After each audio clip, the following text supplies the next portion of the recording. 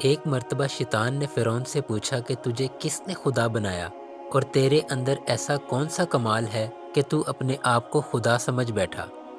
فرعون نے کہا کہ میرے پاس اندرونی ایسی طاقت ہے جو تیرے پاس نہیں۔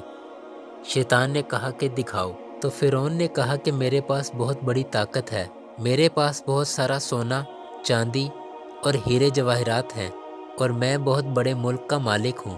شیطان نے پوچھا اور کیا ہے تیرے پاس؟ فرعون نے کہا کہ میرے پاس اندرونی ایسی طاقت ہے جو تیرے پاس نہیں۔ شیطان نے کہا دکھاؤ۔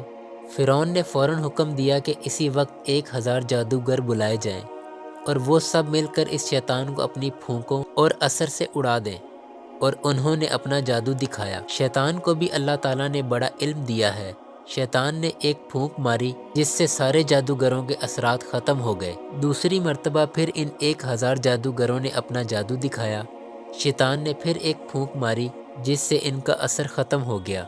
ان جادوگروں نے پھر آخری بار اپنا جادو دکھایا تو شیطان نے پھر ایک پھونک ماری اور ہنس کر کہنے لگا، اگر تم ایسے 1000 جادو بھی دکھاؤ گے تو میرا کچھ بگڑنے والا نہیں، سب ہوا میں تحلیل ہو جائے گا۔ اے فرعون، یاد رکھ، مجھے اللہ تعالیٰ نے ایسی ایسی چیزیں عطا فرمائی ہیں، لیکن پھر بھی اللہ تعالیٰ نے مجھے اپنا محبوب نہیں بنایا اور مجھے اپنا فرما بردار بندہ ماننے سے انکار کر دیا، اور تو خدا کا نافرمان ہے تو رب کیسے ہو سکتا ہے؟